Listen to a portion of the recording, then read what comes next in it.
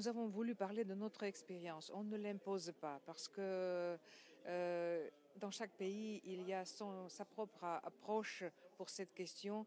Comme M. Mariani, le député Mariani a dit, il y a des aspects civilisationnels, culturels, méthodologiques dans chaque pays. Donc c'est à chaque pays de décider individuellement comment il va rapatrier ou ne pas rapatrier ses citoyens. Mais nous, on a voulu parler de notre expérience, celle que nous avons mise en place depuis le 1er janvier 2019. En 8 mois, ou en 12 mois, on a fait revenir 600 personnes, dont 400 enfants, beaucoup de femmes et une trentaine d'hommes qui ont été emprisonnés dès le retour au Kazakhstan. Je pense que l'expérience kazakh est très intéressante et très positive parce qu'elle permet tout d'abord, elle a un effet humanitaire. Parce que ces enfants, quand on les a fait revenir, il s'est trouvé qu'ils n'avaient pas été suivis par les médecins, ils étaient malades pour certains d'entre eux, ils ne suivaient pas l'école, donc on les a fait revenir, ils vont commencer une nouvelle vie, eux et leur mère. Puis la deuxième chose, ou bien ils vont retrouver des familles, parce qu'il y avait aussi beaucoup d'enfants orphelins, comme vous avez vu.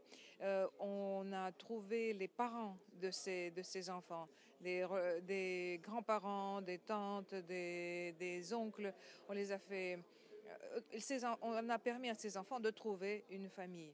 Donc l'effet humanitaire, l'effet dissuasif aussi, parce que ces femmes comme Sabinella qui a parlé aujourd'hui parlent à la télévision kazakh, elles disent toute la vérité, elles disent ce qu'elles ont vécu là-bas en Syrie et cela a un effet dissuasif mais vraiment énorme. Je pense qu'après les avoir écoutées, personne ne voudra répéter leur expérience. Et troisièmement, c'est notre contribution à la lutte contre le terrorisme, parce que vaut mieux, comme je viens de le dire, les faire revenir au Kazakhstan et de les déradicaliser dans le pays que de les laisser là-bas en Syrie, continuer à vivre dans la haine, dans la violence, dans le mensonge. Donc voilà, c'est notre contribution à la lutte contre le terrorisme. On a plus de 100 pays qui ont des combattants en Syrie ou en Irak. Et on a plus de 100 pays qui sont confrontés en réalité au même drame. C'est-à-dire qu'est-ce qu'on fait de ces personnes?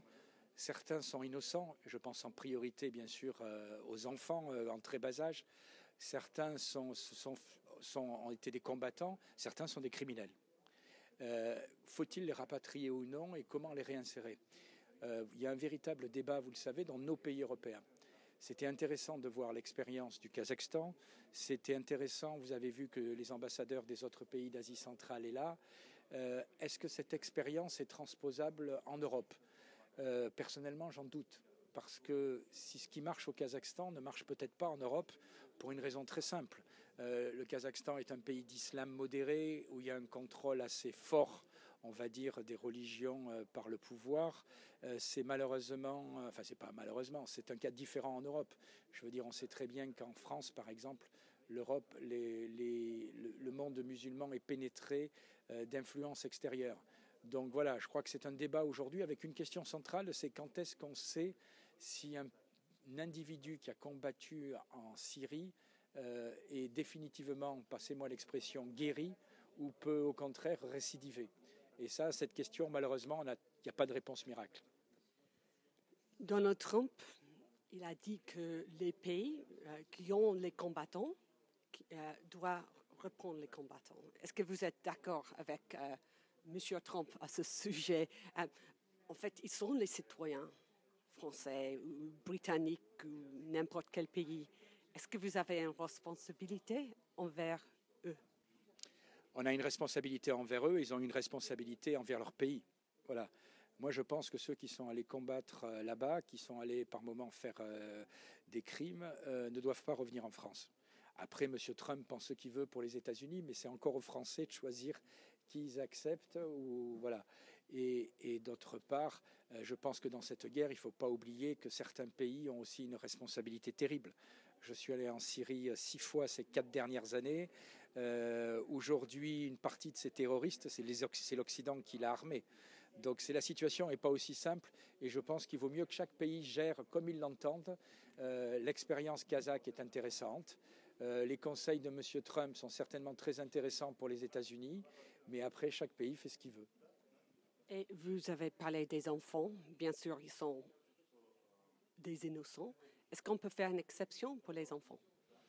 Oui, pour les enfants, on doit faire des exceptions. Après, toute la question, c'est jusqu'à quand on est un enfant. Vous avez entendu le témoignage de la jeune femme qui était dans des camps, Sabinella, qui disait « J'avais peur qu'à 12 ans, on vienne me prendre mon fils ». Et malheureusement, certains enfants ont été très jeunes endoctrinés et j'allais dire même par moments entraînés. Alors si vous me posez la question, est-ce qu'un enfant de 3 ans ou 4 ans est dangereux? Bien sûr que non. Si vous me posez la question, est-ce qu'un adolescent de 14-15 ans peut être dangereux? Bien sûr que oui.